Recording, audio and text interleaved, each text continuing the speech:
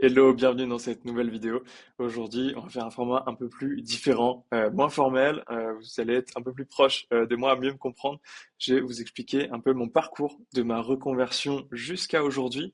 Euh, et on va commencer tout de suite. Moi, je me suis reconverti en 2019. Avant ça, j'étais en études en architecture. J'étais en master en architecture. J'allais terminer mes études pour devenir architecte. Sauf que je bossais comme un dingue, 80 heures par semaine. J'ai bien vu que ça allait pas être possible de tenir ça sur le long terme. Et bref, une envie de changer. J'ai rencontré un développeur dans un café à Bordeaux. À l'époque, j'étais à Bordeaux. Euh, et en fait, son rythme de vie, ce qu'il faisait, ses journées, ça m'a donné envie. Et donc, tout de suite, je me suis dit, le soir même, j'étais sur Udemy en train d'acheter des cours, essayer d'apprendre HTML, CSS, toujours. Je faisais ça pendant mes amphis d'architecture. C'est le moment où j'ai un peu décroché. Je faisais plus en plus de code et de moins en moins d'architecture. Donc là, on est en 2019. Et mi-2019, je décide de me reconvertir. Et pendant les 6 prochains mois, je vais enchaîner 2 bootcamps. Et je vais bosser comme un dingue parce que de toute façon, j'étais déjà dans un rythme de bosser comme une brute. Je vais commencer par The Hacking Project pendant 3 mois, suivi de Le Wagon pendant 2-3 mois aussi. Il faut savoir que je me suis mis dans un rythme, comme je t'ai dit, de bosser comme un porc, parce que c'était un bootcamp où, pour ceux qui savent pas, les bootcamps, c'est essayer d'apprendre 1 an, 2 ans de savoir en 2-3 mois. Donc tu charbonnes tout le temps, même le week-end. Et à côté de ça, j'ai eu la bonne idée de préparer un marathon pour le marathon de Bordeaux. Donc je faisais les préparations de marathon le soir et le matin, puisque j'avais décidé d'investir en immobilier, j'écrivais un bouquin de 6 heures à 7 heures du mat où je me faisais un récap de tout ce que je devais faire pour investir en immobilier. Je m'étais renseigné là-dessus, je me formais en même temps. La journée, j'apprenais le code de 8 heures à 19 heures, ouais, 18-19 heures. Ensuite, à 19 heures, j'allais courir 1 heure, 2 heures en fonction de ma prépa. Je courais 3 à 4 fois par semaine avec des fractionnés et tout. Et puis je reprenais un peu de boulot le soir et je bossais le week-end. Voilà. Voilà le rythme dans lequel je me suis mis dans le code, toujours en y allant comme une brute et en bossant comme un dingue. Heureusement, c'était une période courte, enfin relativement courte, ça a duré 6 mois. Et après ça, et en fait, pourquoi je suis reconverti? Moi, dans ma tête, développeur, t'es freelance et t'es le roi du pétrole. Le marché était un peu plus cool en 2019, il y a encore plus de demandes, moins de développeurs. Et putain, j'avais entendu parler des devs qui étaient freelance, c'était roi du pétrole, ils pouvaient demander ce qu'ils voulaient, ils les avaient. Je me suis dit, ok, go, je fais là-dedans, je vais bien vivre et je vais en profiter. Je me lance en début 2020 en freelance direct, je cherche même pas à passer par la case CDI. Euh, et bah là, c'est la petite claque face à la réalité. Euh, oui, le marché du freelancing, c'est cool, on est les rois du pétrole quand t'es senior, quand t'as de l'XP. Parce que quand t'es débutant, de toute façon, c'est un peu partout pareil, ça pour le coup en France. Quand t'es junior, on veut pas de toi, merci, au revoir, quoi, dégage. Donc ça a été ça. J'ai galéré à trouver des clients. Je vous la fais courte. J'ai commencé ça en 2020, développeur freelance, avec le peu de connaissances que j'avais. Et pendant les 9 prochains mois, j'ai enchaîné des missions, grosso modo, lissé sur les mois. Sur 9 mois, j'ai réussi à faire 800 euros net par mois. Donc même pas de quoi vivre. Je logeais chez un membre de ma famille qui me logeait gratuitement parce que j'avais même pas de quoi payer le loyer. Et donc là, je commençais un peu à douter parce que ouais, on a tous des phases de doute, moi le premier. Euh, et je commençais à douter, est-ce que j'ai fait le bon choix d'arrêter mes études d'archi? Est-ce que j'ai bien fait de me lancer développeur, encore plus en freelance? Donc à côté de ça, pendant ces 9 mois, j'ai aussi commencé, vu que je voyais que je galérais à trouver des missions, que j'avais encore pas beaucoup de compétences, je savais pas du tout prospecter, je connaissais même pas le mot, je savais pas comment, bref, je savais rien. J'étais un complètement débutant, j'étais un vrai débutant, et en fait, quand tu sors d'un bootcamp, t'as appris 5% du métier du dev, même pas, donc il y a tout à apprendre. Donc c'est la grosse claque. Et du coup, en parallèle, j'ai commencé à postuler à des CDI. J'ai envoyé sur les peut-être 6 mois, j'ai dû envoyer 200 CV, plus de 200 CV, et j'ai eu 200 refus. Jusqu'au jour où, mi-fin 2020, j'ai eu un entretien. Et cette fois, c'est passé. C'est simple, encore une fois, c'est ma motivation, je pense, qui m'a sauvé là-dessus. Et le fait que, vu que j'étais en freelance, bah, j'avais un portfolio avec 8-9 clients que j'ai pu leur montrer. Ils m'ont dit, ah, qu'est-ce que t'as fait depuis 9 mois? Bah, j'ai quand même charbonné, même si j'ai envoyé des CV que j'avais des refus. Donc ça a joué. Et surtout, la motivation. Pour l'anecdote, j'ai fait un entretien pour mon premier CDI dans cette boîte. Et il m'a demandé, OK, quand est-ce que tu es dispo? Je leur ai dit, là, tout de suite, je prends ma voiture, dans une demi-heure, je suis chez vous, je suis à l'agence, je peux bosser tout de suite. Donc j'ai vraiment transmis là toute mon énergie, toute la rage que j'avais à me prendre que des refus, refus sur refus en entretien, j'en pouvais plus. J'avais même pensé à faire comme mon meilleur ami et à me reconvertir. Mon meilleur ami est sapeur-pompier professionnel et je voulais me reconvertir en tant que pompier parce que je galérais. Finalement, la vie en a décidé autrement. J'ai obtenu mon premier CDI. Donc là, c'était cool.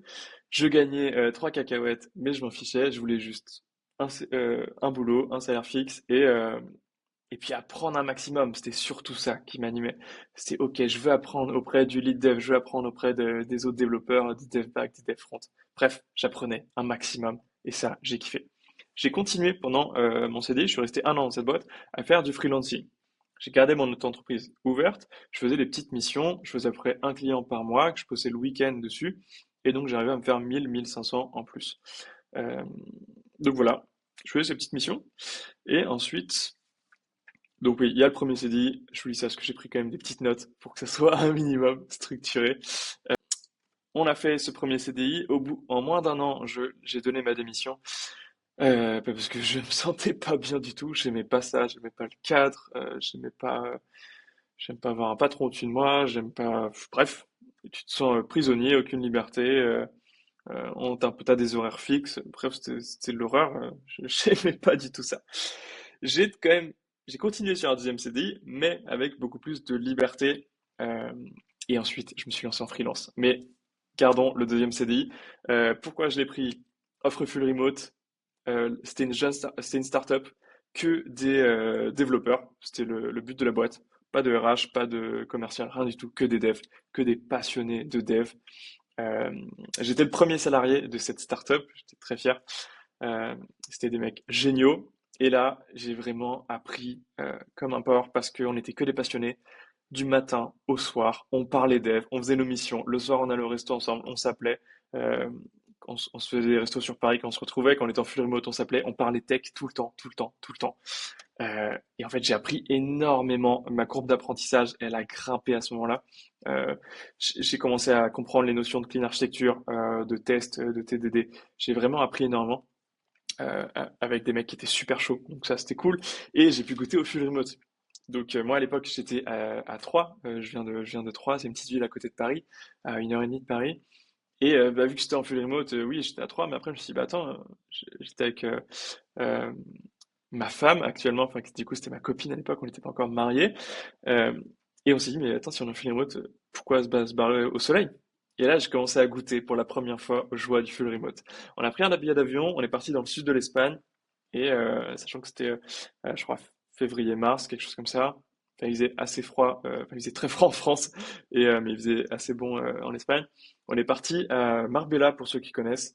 Euh, voilà, donc on a loué une petite maison, on a passé 2 mois là-bas, et bah, moi je pouvais continuer à bosser en full remote. Et puis le soir, on faisait des tapas, des restos, et on profitait de la mer. Ça, c'était incroyable. Donc voilà, commencer à découvrir les joies du full remote, c'était incroyable. De plus en plus, en fait, je goûtais à la liberté et en fait, je me rendais bien compte que moi, j'avais soif de ça, j'avais faim de liberté. C'était vraiment mon kiff.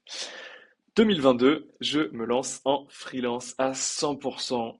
Ça y est, c'est parti, je reprends ma revanche. J'ai commencé par le freelancing, j'ai un peu galéré, je suis passé par du CDI pour accumuler un max d'XP. Je me suis dit, c'est bon, 2 CDI, j'ai fait à peu près 2 ans, 1 an dans chaque un peu moins. Et je me suis dit, c'est bon, je prends ma revanche, je repars en freelance à 100% cette fois. Je trouve un super client, j'enchaîne les missions avec différents clients et, euh, et j'en ai surtout un qui va être très cool où je vais faire une mission de 9 mois, 6 mois qui va être renouvelée de 3 mois. Et là, je vais commencer à partir vivre à Bali, en Indonésie. Pareil, de base, on devait partir 4 mois avec ma femme. Finalement, on est parti 2 mois et demi. Euh, Pourquoi? Parce qu'il y a pas mal de soucis de connexion Internet là où j'étais. Je suis parti dans le nord. Pour ceux qui connaissent, j'ai fait un peu à Canggu, qui est la ville la plus connue. C'est là où tu as tous les digital nomades. Et c'est un peu le bordel, il y a trop de monde. Et après, moi, j'étais à Ahmed. C'était un petit village de pêcheurs ultra cool, très nature. Je pouvais nager avec les poissons le matin. Moi, je bossais sur les horaires décalés. Je faisais 14 heures à minuit. Ça, c'était le deal avec mon client qui était à Paris. Ok, pour que je puisse vivre en Indonésie à Bali, mais tu bosses sur les horaires françaises pour être toujours dispo avec l'équipe, les autres tech. Donc, C'était le deal, mais comme ça, moi, je pouvais aller nager le matin, je faisais de la plongée et tout avec ma femme, et l'après-midi, je bossais de 14 heures à minuit. Voilà. C'était très très cool. On a fait 2 mois, 2 mois et demi comme ça à Bali, puis profiter le week-end. C'est incroyable. Et après ces 9 mois de mission où je gagnais surtout le salaire, hein. Ça, on l'a pas dit, mais quand tu passes de salarié à freelance, j'ai fait x2, x2 et demi sur mon salaire, et j'avais plus de liberté, donc c'était incroyable. À la suite de ça, j'ai pris 3 mois de vacances, que j'ai bien carburé, et je me suis dit, ok, bon, il est peut-être temps de prendre des vacances. Et là, j'y suis allé comme il faut, j'ai pris 3 mois. Alors non, j'ai pas fait que des vacances, un petit peu, mais j'ai aussi lancé un SaaS pendant ces 3 mois de vacances. Qu'est-ce que j'ai fait là-dedans? J'ai passion permis moto, j'ai exploré Aix-en-Provence, on avait déménagé à Aix-en-Provence après Bali avec ma femme. Donc je m'étais éclaté en moto et j'avais commencé à dire tiens, freelancing c'est bien, mais attends, je vois Marc Lou là qui fait des SaaS, ça a l'air cool et je te dis ok, je vais faire un SaaS. Euh, et c'est de là qu'a commencé mon activité sur LinkedIn. J'ai commencé mon premier post sur LinkedIn euh, en décembre 2024, 2023, 2023. Décembre 2023, on est en 2025. Décembre 2023, pourquoi? Parce qu'en fait, je me suis renseigné, ok, pour faire un SaaS, c'est bon, faut coder, je sais faire, je suis développeur. Et sauf que j'ai appris que non, quand tu lances un SaaS, le code, c'est 10% de la réussite du SaaS, 90% c'est le marketing. T'as beau faire un super produit, si personne ne le connaît, tu vas faire zéro vente. Donc déjà, je savais même pas ce que c'était le mot marketing. J'ai aucune notion, mais alors zéro, en marketing, prospection, tout ça, c'est des choses que j'ai appris derrière. Je me suis pris des coachings, j'ai acheté des livres là-dessus, je me suis formé. Euh, mais déjà, pour commencer, du coup, fin 2023, pour lancer mon SaaS, euh, j'ai regardé les 3 manières enfin, j'ai regardé les façons, je suis allé taper sur Google, comment lancer un SaaS, comment acquérir des clients quand on fait un SaaS. J'ai vu 3 façons. La première, c'était payer des ads, donc de la publicité, par exemple sur Facebook, Instagram, LinkedIn, etc. Bon, bah, sauf que c'est payant, et pour le moment, moi, bon, ça, c'était une idée, j'avais pas un centime à mettre dedans, donc je me suis dit, bon, bah, non, merci, next step. Le deuxième, c'était soit avoir des créneaux, je me souviens plus du deuxième, mais le troisième, en gros, celui que j'ai pris, c'est créer du contenu et de faire du build and public. C'est ce que j'ai fait, je me suis dit, ok, je vais faire du build and public, je vais faire un post toutes les semaines où je vais parler de mon projet, je vais parler de la stack technique que j'utilise, ce que j'ai déjà mis en place, la landing page, la base de données avec Supabase, comment j'ai connecté Stripe avec le webhook, etc. Bref, toutes les semaines, j'ai fait ça et je me suis dit, ok, je me donne 30 jours, dans un mois, mon SaaS, il faut qu'il soit en live, en production. Donc j'ai commencé à faire ça, à en parler sur LinkedIn. C'est comme ça que je me suis lancé sur LinkedIn, donc en décembre 2023. Donc là, ça fait un an au jour aujourd'hui, au jour où je tourne la vidéo. Donc c'est comme ça que j'ai commencé 2024. Donc 2024, ma stratégie, elle a changé. Je ne cherchais plus des missions freelance sur le long terme. J'ai seulement pris des missions de 2 à 3 mois pour alterner entre des phases de 2-3 mois où je suis en mission, où je prenais, donc à ce moment-là, en 2024, j'étais à 500 euros de TJM. Euh, donc je prenais à peu près 10 000 euros par mois de chiffre d'affaires.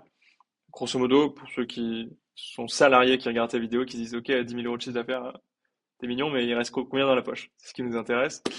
Vous faites un calcul très simple, très très simple, hein, juste pour calcul de tête.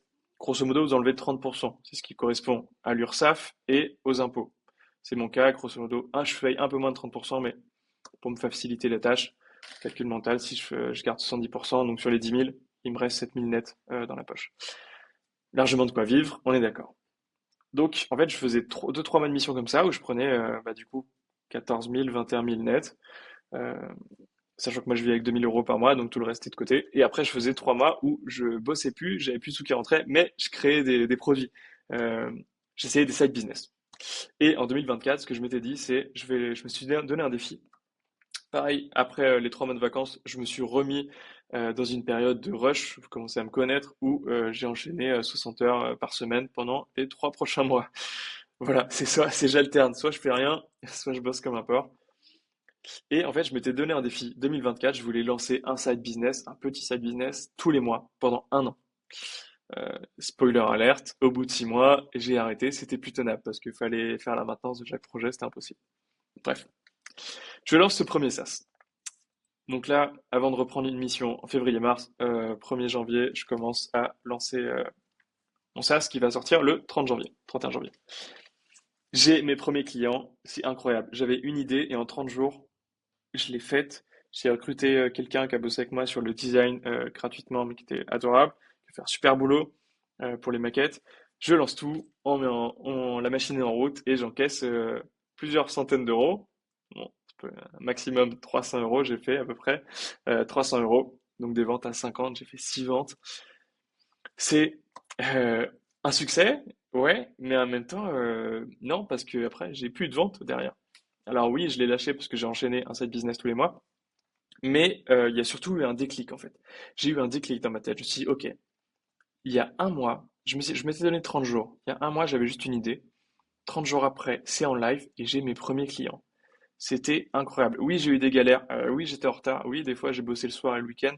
Euh, oui, j'ai eu des soucis de paiement parce que le webbook marchait pas. Du coup, les mecs avaient payé, mais ils n'avaient pas les accès. Donc, ça m'est arrivé. J'ai reçu un message. Hello Nico, j'ai payé mobilechallenges.io. Du coup, c'était mon SaaS.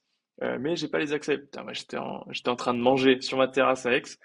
J'ai tout lâché, j'ai pris mon PC, en une demi-heure, j'ai fixé le truc, j'avais mal configuré le webhook, il y avait un souci entre Stripe et Supabase, qui fait que même s'il avait payé, ça lui donnait pas les accès.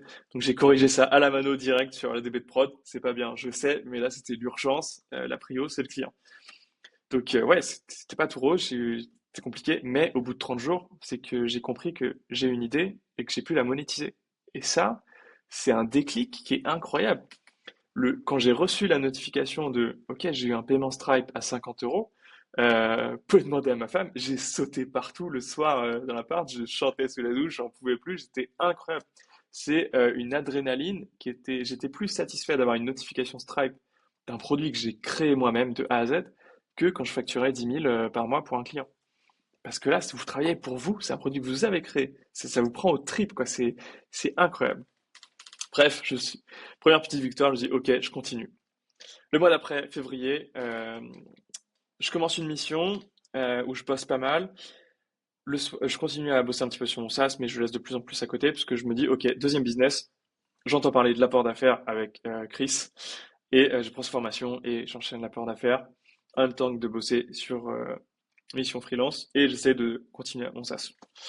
Donc là, je bosse pas mal, 60 heures par semaine, plus continuer à poster sur LinkedIn. Bref, vie sociale inexistante. On est reparti pour 2-3 mois de rush. Vous avez bien compris le rythme maintenant. J'ai fait 2-3 mois de mission à Lille. J'ai encaissé les sous et après, je dis ok, c'est bon, maintenant je me mets à fond sur l'apport d'affaires. J'ai eu un premier apport d'affaires où j'ai gagné 500 euros par mois, un peu de manière passive. Je m'y suis mis un peu plus. Le mois d'après, j'ai aussi fait de l'affiliation, notamment avec Shipfast, où c'est un des SaaS de Mark Loop, moi que j'ai utilisé pour réussir à faire mon SaaS en 30 jours et gagner du temps. Donc j'ai gagné 200-300 euros d'affiliation grâce à LinkedIn et de l'affiliation. Donc je commence à avoir d'autres sources de revenus. J'ai gagné 200-300 euros avec mon SaaS, 200-300 euros avec l'affiliation. Pardon, c'est pas grand-chose, mais je commence à avoir le mindset, à comprendre que putain, je peux gagner de l'argent autrement. Et je me dis putain, je suis freelance et là je commence un mindset un tout petit peu d'entrepreneur. Tu vois, ça arrive de plus en plus. Ensuite, j'enchaîne, je fais l'apport d'affaires, j'arrive à monter à 2000 par mois. Le mois d'après, je prends la formation de Ramsey, j'enchaîne, je suis super motivé. À chaque fois, je réinvestis. Pourquoi? Parce que pour moi, quand tu prends une formation de quelqu'un qui a plusieurs années d'XP sur son sujet, sur ce qu'il gère, en fait, c'est un raccourci. Tu prends un raccourci. Donc, moi, j'hésite pas à acheter des bouquins, à acheter des formations, je me forme et à chaque fois, je gagne du temps. Bref, je lance mon agence web, je vais prospecter, j'apprends le cold call. Évidemment, plein d'erreurs, je galère. Je suis ultra timide. Je mets 4 jours avant de décrocher le téléphone parce que j'ai pas le courage de le faire. Le cold call, c'est quoi? Contacter des prospects à froid qui vous connaissent pas et essayer d'aller vendre votre produit. Euh, je fais 10 000 erreurs, je suis en sueur à chaque fois que je dois décrocher le téléphone. Moi, je suis dev, comme tous les devs, on est introverti, je suis pas à l'aise. Bref, je travaille dessus, j'essaye, je galère. Et finalement, j'arrive à choper mes premiers clients, j'arrive à tourner à 3K par mois avec mon agence web. Plus tard, le mois d'après, je vais déléguer ça. J'avais un stagiaire qui bossait pour moi, qui était super. On faisait des calls tous les matins d'une demi-heure au début où j'essayais de repasser son code, de voir tout ce qui allait pas. Lui, il faisait les sites web, on faisait des landing pages via mon agence web. Et après, donc moi, le premier mois, j'ai fait le cold call. Et le deuxième mois, j'ai délégué le cold call où je payais un ami qui était commercial pour bosser quelques heures par semaine. Faire le cold call à ma place, je faisais les listes de prospects que je scrapais sur Google Maps. il les appelait, donc j'ai délégué cette partie. Il avait un fixe, enfin il était payé à l'heure, plus des commissions à chaque fois qu'il signait des clients. Et j'avais mon stagiaire qui faisait les landing pages. Et moi, évidemment, je prenais 30 minutes par jour pour vérifier que tout était OK pour le site. Et je faisais le suivi à la fois. Et je m'occupais juste, moi, la seule chose que je faisais, en fait, c'était le déploiement et le suivi client. Donc finalement, j'avais une agence web qui me générait à peu près 3K par mois, qui était quasiment en full automatique, parce que j'avais délégué et tout ça. Donc ça c'est cool, mais donc j'avais mon idée de de changer de business tout le temps, donc j'en enchaîne encore d'autres. Je passe à du coaching, je fais des coachings que je vends à l'heure, des coachings à 50 euros, où j'essaie de transmettre un maximum de valeur. Je me dis, à chaque fois, je me dis comment je peux apporter encore plus de valeur pour augmenter le prix. Ok, je trouve des moyens, j'accumule de la connaissance, donc ok, je vais le faire vendre à 100. Même mindset, comment je peux m'améliorer, comment je peux apporter encore plus de valeur, comment je peux envoyer des choses après le coaching aussi. Et je passe à 247 euros de l'heure, qui est mon plus haut taux horaire au jour où je tourne la vidéo. Objectif cette année 2025, essayer de trouver un moyen de comment je peux apporter encore plus de valeur pour passer à 500 euros de l'heure, ça serait incroyable. Donc voilà. Donc je fais ça, je mets un peu et après tout ça, je pars en vacances un mois et ensuite 2024, je me lance sur un. Donc entre-temps, j'ai aussi fait quelques missions. Vous l'avez compris, je fais deux trois mois de mission, deux trois mois où je bosse sur mes projets et j'enchaîne. Et après mes vacances, là, je suis parti en Thaïlande. En Thaïlande, l'année dernière, je suis parti en Thaïlande, je suis parti 3 mois. J'ai pris un mois de vacances et 2 mois où j'ai bossé. Et là, pendant ces 2 mois, j'ai bossé sur un accompagnement que j'ai créé. Et en gros, là, ça va être mon prochain projet pour 2025. Et en fait, j'ai laissé tomber l'idée de faire des side business. Ça, c'est important que je vous le dise. Tous les 6 mois. Désolé, c'est pas très structuré, j'ai quand même des petites notes. Mais l'idée, c'était aussi que vous compreniez mon parcours, qu'est-ce qui me motive aussi à être freelance, à aller chercher toujours plus de liberté. Et, euh, et voilà, que vous en appreniez un peu plus sur moi, que ce soit un peu plus personnel, un peu plus cool.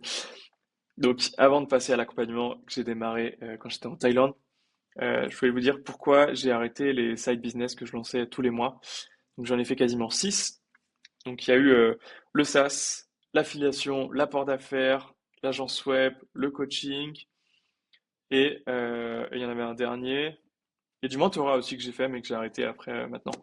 Voilà, donc j'ai fait tout ce que je pouvais. Mais en fait, euh, j'ai eu la chance de faire un resto avec Chris de l'apport d'affaires, Chris Choly. Et on a super bien, on avait passé une journée ensemble, on avait parlé, etc. Et enfin, moi, c'est une idole, quoi. Vraiment, je le vénère littéralement. Il est super fort en business, il a un mindset, il a été développeur, salarié, puis freelance. Et maintenant, tout le monde le connaît sur LinkedIn avec l'apport d'affaires et sa formation d'apport d'affaires. Vraiment, il a des notions de business, il est super fort là-dessus. Et quand je lui parle de tout ça, je dis ah trop cool, je fais de l'apport d'affaires grâce à toi. Et puis j'ai chaque business machin. Je lui en parle avec beaucoup d'enthousiasme. Je dis regarde là j'ai une agence web, j'ai tout ça machin, je fais du coaching, bref trop content. Et là il me dit, il me remet un peu les pieds sur terre et je le remercie. Euh, il m'a dit un truc, il m'a dit ah, c'est cool Nico, mais là ce que tu fais c'est pour l'ego, ça rapporte pas du cash. Et il m'a dit ça, il m'a dit en fait là ce que tu fais c'est bien tous tes projets. Mais de un, tu t'éparpilles partout, parce que du coup, tu dilapides ton énergie dans plein de projets différents, donc tu perds ton focus. Et de deux, tu récoltes des miettes. Tu as 100, 200, 1000, 2000 par-ci, par-là. Mais finalement, en fait, je gagnais plus quand j'étais en freelance, euh, à 100% en freelance, où je faisais 10, 11K par mois. Donc il me dit ça, et je dis, ok, putain, c'est vrai en fait. Je me rends compte qu'il a raison. Il a raison. Tu fais aussi un peu ça pour l'ego. C'est stylé de dire, ah, j'ai monté un SaaS, ah, j'ai une agence web et tout. Ok, mais tu gagnes combien? Ah, bah, je fais 3000 des chiffres d'affaires. Et après, j'ai la com pour mon commercial. Et puis après, j'ai les impôts derrière en France. Et puis finalement, il reste plus grand-chose dans la poche. Donc, ça me met une claque, mais ça me remet dans le droit chemin. Et je dis, ok, bon, Chris, ok, t'es mon mentor. Je suis tes conseils. On va appliquer les choses. Et je décide donc de me lancer sur un seul projet. Le projet, c'est le projet sur lequel je vais mettre toute mon énergie pour l'année qui va venir là en 2025. J'ai commencé à mettre toute mon énergie les 2 derniers mois en 2024. C'est l'accompagnement que j'ai lancé où j'aide les développeurs salariés à réussir leur transition en freelance. De un, pourquoi je fais ça? Vous l'avez compris, c'est pour ça que c'est important que je vous raconte mon parcours.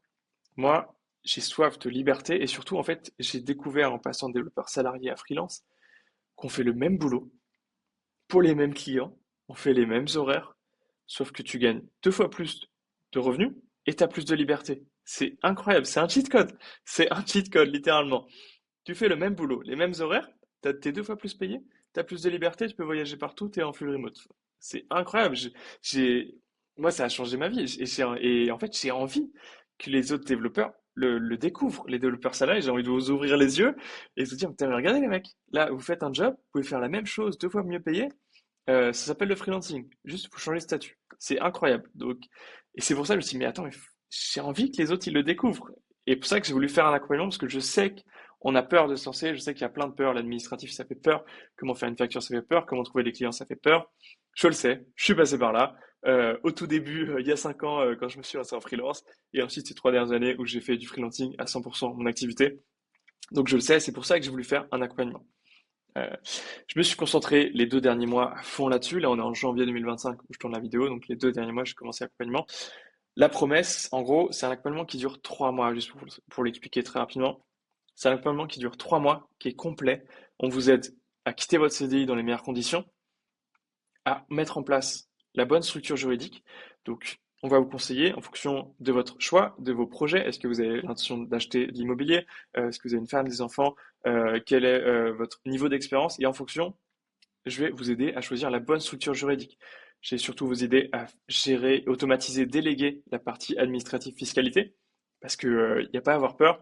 Ça se délègue, ça s'automatise. Vous inquiétez pas. Moi, je tourne là où je tourne la vidéo, j'ai 2 sociétés en France, une SASU, une autre entreprise.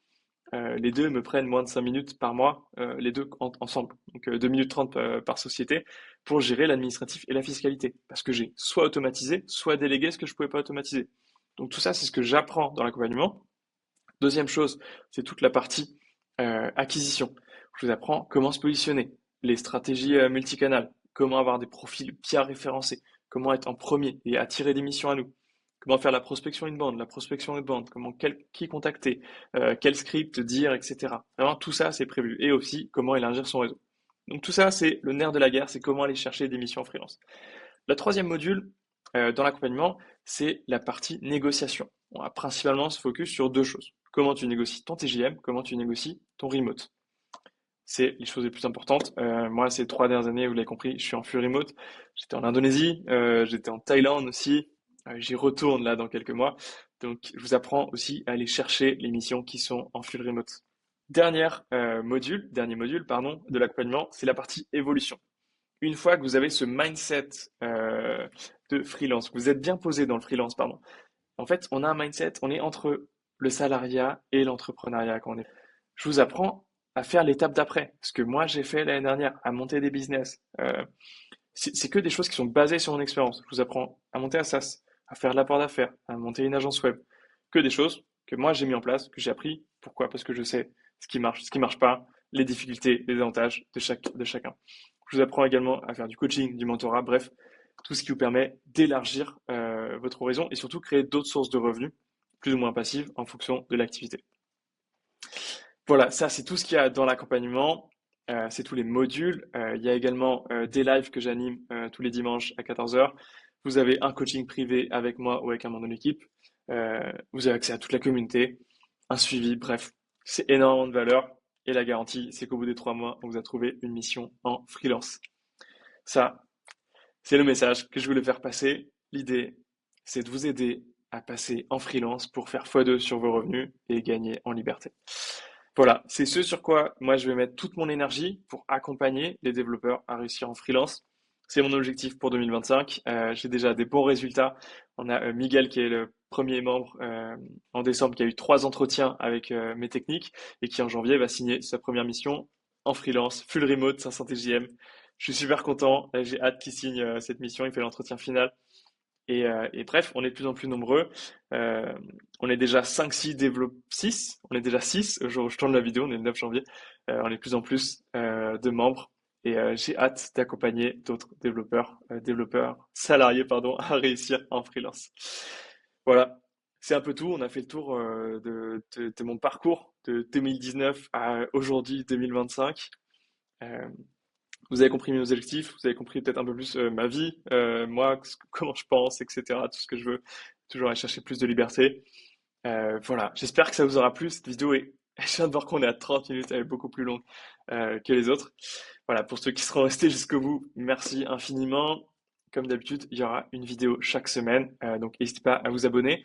Et si vous voulez aller plus loin et commencer à réfléchir à vous lancer en freelance, dans la description, vous avez un lien pour un coaching privé, une session de coaching privé avec moi, qui est gratuite, qui dure une demi-heure, où on va parler de votre parcours et de tout ce que vous pouvez mettre en place pour réussir en freelance. Le lien est dans la description. On se retrouve dans la prochaine vidéo. À bientôt. Ciao, ciao.